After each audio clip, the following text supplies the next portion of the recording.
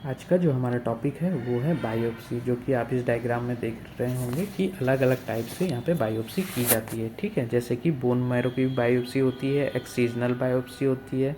ठीक है, अगर नीडल से भी बायोप्सी की जाती है और साथ में सेंटिनल नोट्स की भी, मतलब नोट्स से भी बायोप्सी की जाती है। ठीक है, उस जगह की टिश्यू को निकाला जाता है।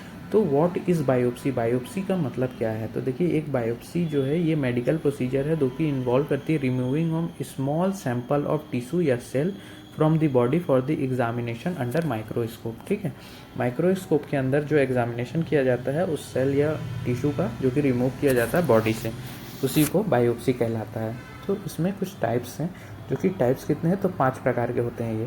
पहला है इंसिजनल बायोप्सी, इसमें कि स्मॉल सैंपल या फिर sample of tissue removed through an incision, incision देके हम उस जगह से टिश्यू को रिमूव करते हैं। दूसरा है एक्सीजनल बायोप्सी, इसमें ट्यूमर या फिर लीजन्स अगर बन गए हैं तो उसको रिमूव किया जाता है पूरे ट्यूमर को, और उस चीज़ को भेजा जाता है लेबोरेटरी में टेस्ट करने के लिए।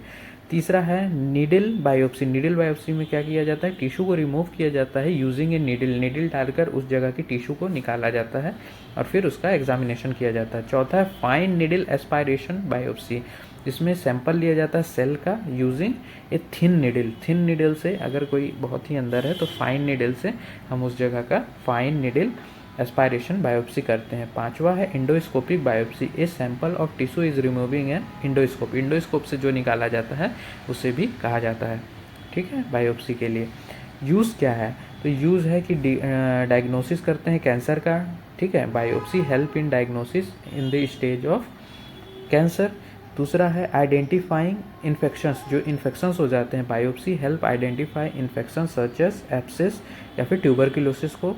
ठीक है, तीसरा है डायग्नोसिस इन्फ्लामेटरी कंडीशन, जितने भी इन्फ्लामेटरी कंडीशन जैसे कि रूमेटॉइड अर्थराइटिस है या ल्यूपस है, इनमें जो है ये हेल्प करता है कि डायग्नोस कर सकें हम उस चीज़ को। ठीक है, चौथा है मॉनिटर कर सकते हैं ऑर्गन के फंक्शन को, जिसमें कि हम बायोप्सी के जरिए मॉनिटर कर पाते हैं कि जैसे कि किडनी है या लीवर है वो अपने अच्छे से काम कर रहे हैं कि नहीं। ठीक है, उनके फंक्शन सही से हो रहे हैं कि नहीं। प्रिपरेशन क्या करना होता है, तो सबसे पहला है कि मे बी रिक्वायर हो सकता है कि उसको फास्टिंग के लिए बोला जाए। दूसरा है मेडिकेशन मैनेजमेंट, मतलब अगर आपने कोई भी मेडिकेशन लिया है तो उसको डॉक्टर को बताना है, जैसे कि ब्लड थिनर आदि। तीसरा है कि रिमूव करते हैं ज्वेलरीज, जिस जगह पे हमको करना होता है उस जगह के क्लॉथिंग और ज्वेलरी जो है वो चीज़ें हटाई जाती हैं।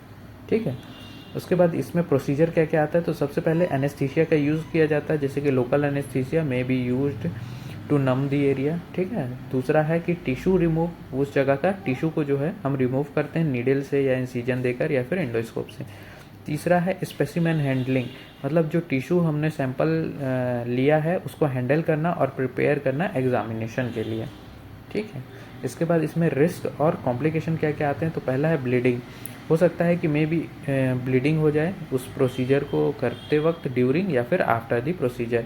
इन्फेक्शंस हो सकते हैं मे बी ओकर जब हम बायोप्सी साइट को अगर प्रॉपरली क्योर ना करें, तो अगर किसी जगह से हमने वो अपने सेल्स तो ले लिए लेकिन उस जगह को हमने प्रॉपरली क्योर भरा नहीं, तो ठीक है, तो उस जगह पे इन्फेक्शन हो सकता है। तीसरा है स्कारिंग, उस जगह पे स्कारिंग बन सकती है बायोप्सी करने के बाद, क्योंकि किस टाइप की बायोप्सी आप कर रहे हैं वो डिपेंड करता है टाइप ऑफ बायोप्सी। अगर पूरा ट्यूमर बन गया है और हम उसको निकाल रहे हैं तो उस जगह पे स्कारिंग बन सकती है।